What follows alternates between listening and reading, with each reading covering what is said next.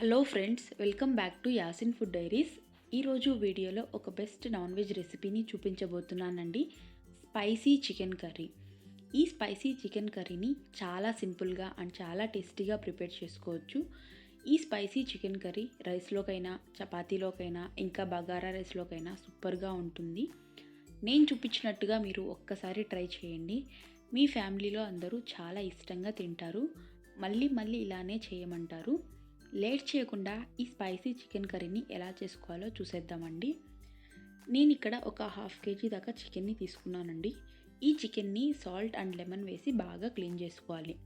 ఇలా చేస్తే నీసు వాసన రాకుండా ఉంటుంది. ఇప్పుడు అందులోకి ఒక స్పూన్ సాల్ట్, ఇంకా ఒక స్పూన్ పసుపుని వేసి బాగా మిక్స్ చేయండి. ఇలా బాగా మిక్స్ చేసుకున్న తర్వాత ఒక 5 to 10 మినిట్స్ బాయిల్ చేసుకోవాలి. ఇలా చికెన్ని ముందే బాయిల్ చేసుకోవడం వల్ల చికెన్ కర్రీ అనేది సూపర్గా ఉంటుంది. ఇప్పుడు గ్యాస్ ఆన్ చేసి మనం మిక్స్ చేసుకున్న చికెన్ని ఒక 5 to 10 మినిట్స్ బాయిల్ చేయండి. ఈ చికెన్లో నుంచి వాటర్ అంతా ఇంకిపోయే వరకు బాయిల్ చేసుకోవాలి. ఇలా ఒక్కసారి బాగా కలుపుకొని స్టవ్ ఆఫ్ చేసేసి ఈ చికెన్ని పక్కన పెట్టుకోండి. తర్వాత నెక్స్ట్ స్టవ్ మీద ప్యాన్ పెట్టుకొని ప్యాన్ హీట్ అయ్యాక అందులోకి 2 టేబుల్ స్పూన్ ఆయిల్ని యాడ్ చేయండి. ఆయిల్ హీట్ అయ్యాక అందులోకి 4 నుంచి 5 పొడుగ్గా కట్ చేసిన పచ్చిమిర్చి, ఇంకా సన్నగా చాప్ చేసిన ఉల్లిపాయల్ని యాడ్ చేయండి. ఇలా ఉల్లిపాయలు యాడ్ చేసి ఒక్కసారి బాగా మిక్స్ చేసుకోవాలి. ఈ ఉల్లిపాయలు గోల్డెన్ షేడ్ కలర్ వచ్చే వరకు ఫ్రై చేసుకోవాలి.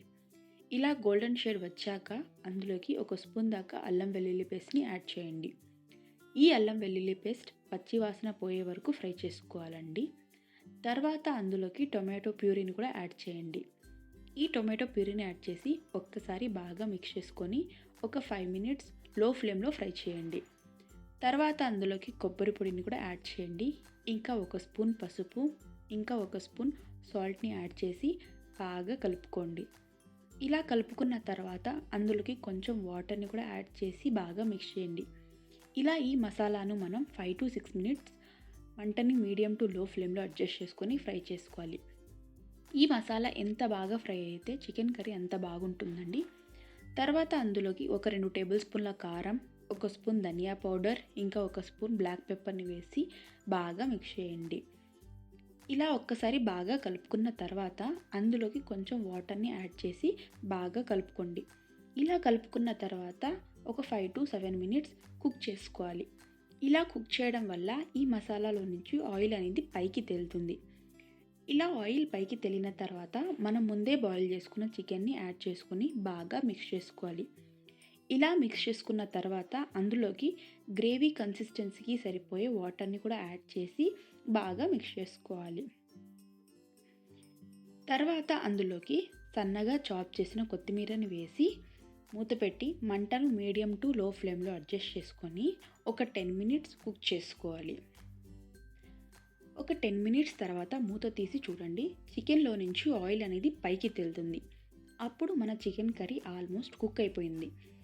ఇంకా పైన కొంచెం కొత్తిమీరని యాడ్ చేసి గార్నిష్ చేసి సర్వ్ చేసేసుకోవడమే. అంతే అండి, మన స్పైసీ చికెన్ కర్రీ రెడీ. ఈ చికెన్ కర్రీ చాలా సింపుల్గా అండ్ చాలా టేస్టీగా ప్రిపేర్ చేసుకోవచ్చండి. ఈ స్పైసీ చికెన్ కర్రీ రైస్లోకైనా, చపాతీలోకైనా, ఇంకా బగారా రైస్లోకైనా సూపర్గా ఉంటుంది. ఈ స్పైసీ చికెన్ కర్రీని మీరు ట్రై చేయండి. మీకు ఎలా వచ్చిందో నాకు కమెంట్స్లో చెప్పండి.